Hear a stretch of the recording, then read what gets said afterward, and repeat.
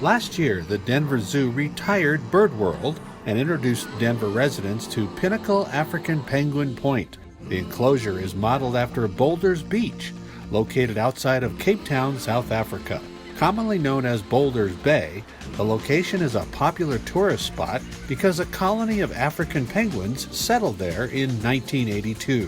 Biggest penguin misconception on the planet. All penguins live in the snow and the ice. That is the biggest penguin misconception. We have two species here at the Denver Zoo, and they're what we would consider temperate. And so it's kind of fun to explain to people and watch the light bulb go off and see people kind of surprised to learn that penguins don't all live in the snow, that these guys actually live in South Africa where it's warm. So that's why the exhibit kind of looks very boulderish. That's what their beaches look like. The new exhibit features a pool that visitors can see below the waterline for the first time. So the first few months we moved in, took a little bit of acclimation to get used to your new surroundings and get used to seeing a human being below the water where you've not seen that before. It also gives you the chance to be eye to eye with them. So this exhibit was built with a lot of things in mind. We're in Colorado, it's cold, we have a winter here, we have snow, all things that African penguins don't experience in the wild and are not adapted for. So some of the exhibit design, we put heat trace into the concrete. It'll help us with snow and ice during the winter, and ultimately that helps us with penguin feet walking around in snow and ice. The 10,000 gallon pool has a state-of-the-art filtration system, which also means it's great for the animals' health and overall care. They're in really, really clean water. We have the ability to control temperature, so we can keep this pool somewhere in the 60 to 65 degree range. That's what our target is. The Denver Zoo continues to advance conservation efforts with this endangered species. The African Penguin Point provides visitors a great educational opportunity and is a shining example of what can be achieved in a zoological setting. Different types of penguins eat different things in the wild, but our African penguins are predominantly fish eaters.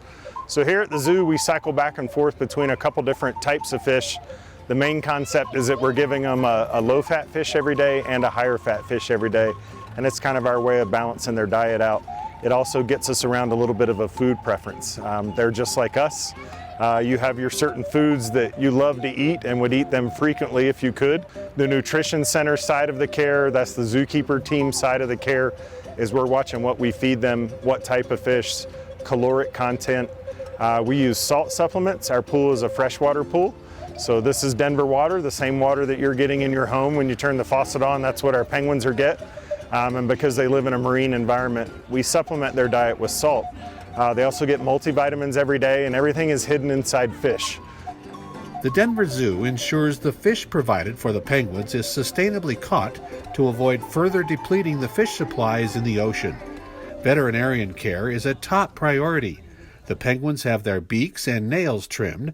Vaccinations are administered to protect against the West Nile virus and avian malaria.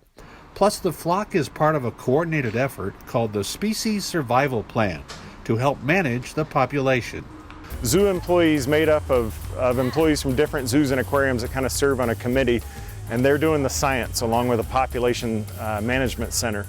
And what that means is they take the whole population. So it's all African penguins that you see in any AZA accredited zoo and aquarium. We treat them as a massive flock. It's not just our group here in Denver.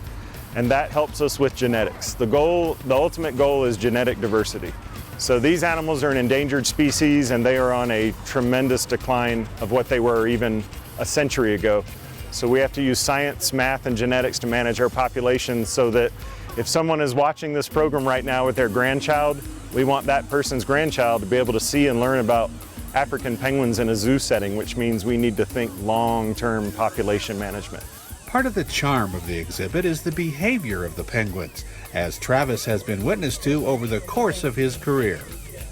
Our flock has 16 different individuals in it. So there are nice ones, there are not nice ones, there are curious ones, there are friendly ones. I've got one penguin in general that is very, very imprinted on humans, and she was a complete hand rear. Her parents didn't take care of her. So we hand raised her here kind of behind the scenes at the zoo. So she's the penguin equivalent of my daughter.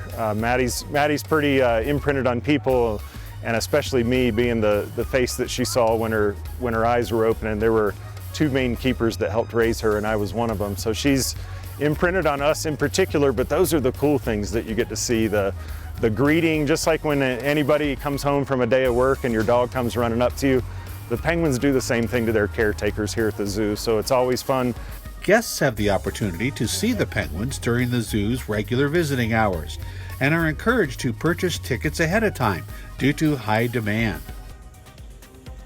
For more stories, check out Denver's YouTube page or tune in to denver8.tv.